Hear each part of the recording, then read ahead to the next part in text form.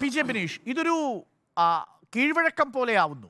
P J Bineesh, എല്ലാ വർഷവും SSLC ഫലപ്രഖ്യാപനം വരുമ്പോൾ 15,000-ഓളം വിദ്യാർത്ഥികൾക്ക് പഠിക്കാൻ സീറ്റുകൾ കിട്ടാത്ത ഒരു അവസ്ഥ മലപ്പുറത്തുണ്ടാവുന്നു. അതൊരു വാർത്തയായി മാറുന്നു, ചർച്ചയായി മാറുന്നു. ഇതിനൊരു ശാശ്വത പരിഹാരം ബാച്ചുകൾ കൂട്ടുക എന്നതല്ലേ? അതിലെന്താണ് സർക്കാരിന് ബുദ്ധിമുട്ട്? P J Bineesh.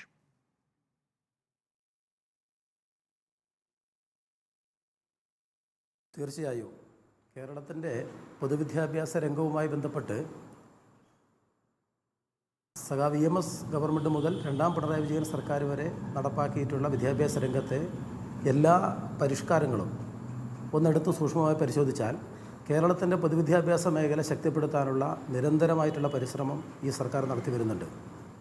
ഇപ്പോൾ എല്ലാ വർഷവും ഹയർ സെക്കൻഡറിയുമായി ബന്ധപ്പെട്ട്, പ്രത്യേകിച്ച് 10ാം ക്ലാസ്സിൽ നിന്നും ഉപരിപഠനത്തിന് യോഗ്യത നേടുന്ന കുട്ടികളുടെ എണ്ണവുമായി ബന്ധപ്പെട്ട് സാധാരണമല്ലാത്ത തർക്കങ്ങൾ വളരെ ബോധപൂർവം ഉണ്ടാക്കാൻ ചില കേന്ദ്രങ്ങൾ പ്രത്യേകം ശ്രമിക്കുകയാണ്.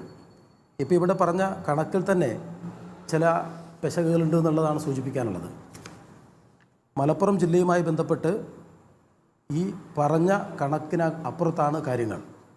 ഇപ്പോൾ കേരളത്തിൻ്റെ പൊതുവിദ്യാഭ്യാസ രംഗത്ത്, പ്രത്യേകിച്ച് ഹയർ സെക്കൻഡറിയുമായി ബന്ധപ്പെട്ട് 1,25,000 കുട്ടികൾക്ക് മാത്രം പഠനാവസരമുണ്ടായിരുന്ന പഴയ പ്രീ ഡിഗ്രിയിൽ നിന്നും ഹയർ സെക്കൻഡറി രൂപപ്പെടുത്തി ഇന്ന് നാം കാണുന്ന അവസ്ഥയിലേക്ക് വ്യാപിപ്പിച്ചത് കേരളത്തിലെ ഇടതുപക്ഷ ഗവൺമെൻറ്റുകളാണ്.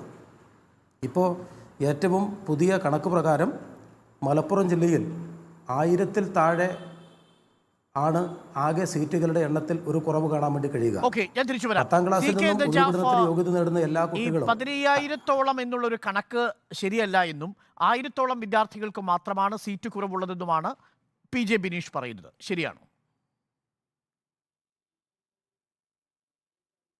നേരത്തെ അരുൺകുമാർ പറഞ്ഞ കണക്ക് തന്നെ നമുക്കതിൽ അഭിപ്രായ വ്യത്യാസമുള്ളത്. അതുമാത്രമല്ല, അതിൽ കൂടുതൽ സീറ്റുകൾ നമുക്ക് കിട്ടേണ്ടതുണ്ട് എന്നതാണ്. മലബാറിലെ മറ്റ് ജില്ലകളെയും എടുത്ത് പരിശോധിച്ചാലും അതെ, അത് മാത്രമല്ല, അൺഎയ്ഡഡ് വിദ്യാർത്ഥികളെ കൂടി കണക്കിൽപ്പെടുത്തിയാണ് അരുൺകുമാർ സാർ പറഞ്ഞ കണക്കിരിക്കുന്നത്. അത് പറഞ്ഞാൽ തന്നെ ഇതിൽ എവിടെയാണ് പ്രയാസമെന്ന് തിരിച്ചറിയാൻ കഴിയും.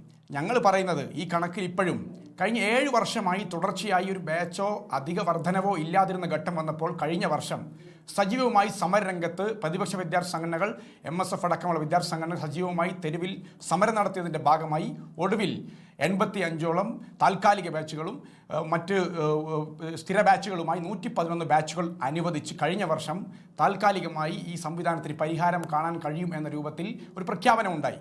അന്നു തന്നെ ഞങ്ങൾ പറഞ്ഞതാണ്, ഈ പ്രശ്നത്തെ പരിഹരിക്കാൻ ഒരു കമ്മീഷൻ വെച്ചിട്ടുണ്ട്. ആ കമ്മീഷൻ്റെ പഠനം പൂർത്തിയാക്കി കാർത്തികേയൻ കമ്മീഷൻ റിപ്പോർട്ട് പുറത്തുവിടണം. എന്താണ് പ്രശ്നപരിഹാരം എന്ന് പറയണം. അതിനനുസരിച്ചുള്ള പ്രശ്നപരിഹാരം കാണാതെ ഒരു ജില്ലയിൽ മാത്രമാണ് പ്രശ്നമെന്ന് പറഞ്ഞുള്ള പുതിയ പ്രഖ്യാപനങ്ങളിൽ ഞങ്ങൾ സംശയദൃഷ്ടിയോടെ നോക്കുന്നു. അതിൻ്റെ കാരണം ഈ വിഷയം മലപ്പുറം മാത്രമാണെന്നും മന്ത്രി പറഞ്ഞ ഒരു വാചകം അതിൽ ഏറ്റവും പ്രധാനമായി ഞാൻ ചൂണ്ടിക്കാണിക്കാൻ ഉദ്ദേശിക്കുന്നത് അരുൺകുമാർ, മന്ത്രി പറഞ്ഞത് അവിടുത്തെ പ്രത്യേക വികാരം ചൂണ്ടിക്കാണിച്ച് പറയേണ്ട. എന്താണ് ആ വികാരം? വിദ്യാർത്ഥികൾക്ക് പഠിക്കുവാൻ സീറ്റില്ലെന്ന വികാരമാണ്. ആ വികാരം ഉയർത്തണ്ടേ? അത് അവിടെ മാത്രമല്ല, മലപ്പുറം ജില്ലയിൽ മാത്രമല്ല, വയനാട് ജില്ലയിൽ പരിശോധിച്ചാൽ നമുക്ക് കാണാൻ കഴിയും. വയനാട് ജില്ലയിൽ നമുക്ക് സീറ്റുകളുടെ പ്രശ്നമുണ്ട്. 1499 സീറ്റുകളുടെ പ്രശ്നമുണ്ട്, 29 ബാച്ചുകൾ. തൃശ്ശൂരിൽ 920 വിദ്യാർത്ഥികൾ, 18 ബാച്ചുകൾ. പാലക്കാട് 9266 ബാച്ചുകൾ, 155 ബാച്ചുകൾ, 9266 കുട്ടികൾ. കോഴിക്കോട്ട് 7300 വിദ്യാർത്ഥികൾ, 146 ബാച്ചിൻ്റെ കുറവുണ്ട്. ഞങ്ങൾ പറയുന്നു കണ്ണൂരിൽ തന്നെ ഈ പ്രശ്നമുണ്ട്.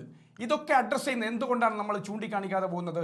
ഞങ്ങൾ പറയുന്നത് വിദ്യാർത്ഥികൾക്ക് താല്പര്യമുള്ള കോഴ്സുകൾ പഠിക്കാൻ കഴിയുന്നില്ല എന്ന് മാത്രമല്ല, അവരാഗ്രഹിക്കുന്ന കോഴ്സുകൾ പഠിക്കുന്നതിനപ്പുറത്തേക്ക് നിർബന്ധിച്ച് അൺഎയ്ഡഡ് സ്കൂളുകളിലേക്ക് വിദ്യാർത്ഥികളെ അയക്കുന്നു. അതുപോലും അരുൺകുമാർ എണ്ണുന്നു എന്ന് പറഞ്ഞാൽ ഒരു പൊതുബോധം പോലും അത് ആ വിദ്യാർത്ഥികൾ പഠിക്കേണ്ട ഇടമാണെന്നുള്ള തോന്നൽ ഉണ്ടാക്കുകയാണ്. അത് പാടില്ല. അങ്ങനെ ഒരു പൊതുബോധത്തിന് പുറത്തല്ല ഞാൻ പറഞ്ഞത്.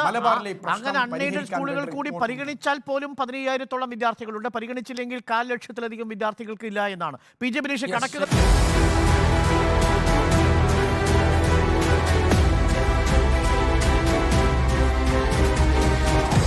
Debate with Arun Kumar.